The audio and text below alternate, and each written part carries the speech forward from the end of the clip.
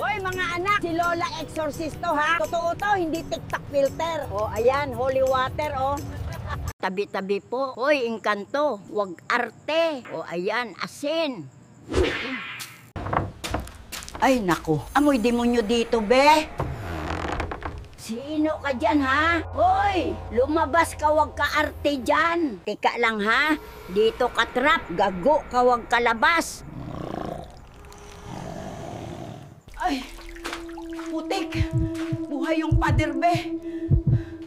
Hoy! Bitawan mo ako! Gago ka!